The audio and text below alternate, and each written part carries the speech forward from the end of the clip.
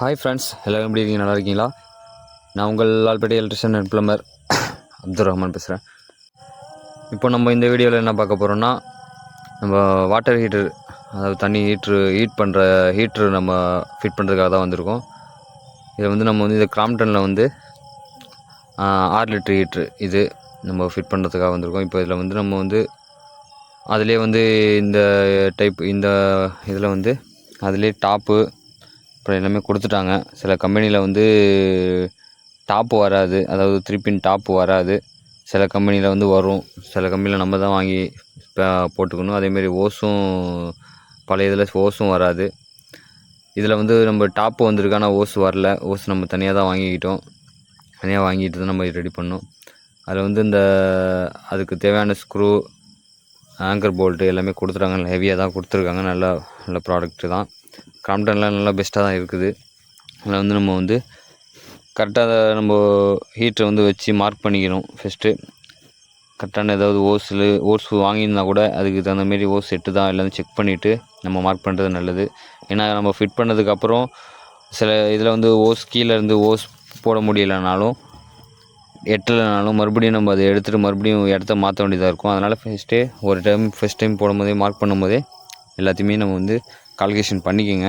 அப்போ தான் வந்து நம்ம வந்து ஈஸியாக வந்து ஒரே டைமில் வேலையை ஈஸியாக முடிக்க முடியும். அதேமாதிரி ஆங்கர் போல்ட்டுக்கு தேவையான மார்க்கிங் பண்ணிவிட்டு ஒரு தடவை வச்சு மார்க் பண்ணும்போது ஒரு தடவை மறுபடியும் ஒரு டேப்பை வச்சு கொஞ்சம் மார்க் பண்ணி கரெக்டாக இருக்கான்னு கன்ஃபார்ம் பண்ணிக்கோங்க.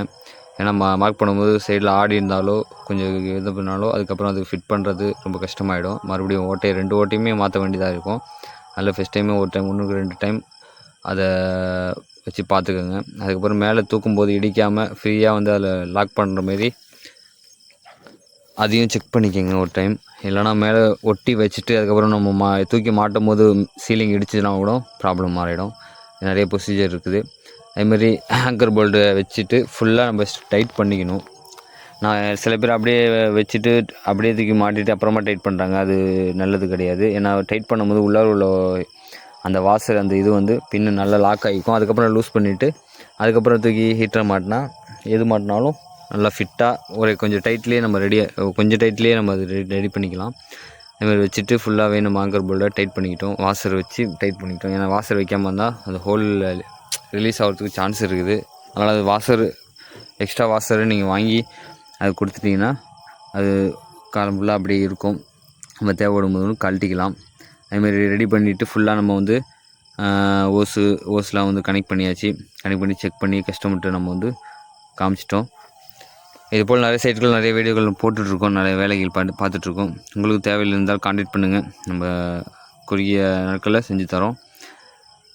பாருங்கள் என்னுடைய வேலையை. இந்த வீடியோ பிடிச்சிருந்தா லைக் பண்ணுங்கள், ஷேர் பண்ணுங்கள், கமெண்ட் பண்ணுங்கள். மறக்காமல் யூடியூப் சேனலை சப்ஸ்கிரைப் பண்ணுங்கள். பக்கத்தில் உள்ள பெல் ஐக்கனையும் கிளிக் பண்ணி வச்சுக்கோங்க. தேங்க்யூ.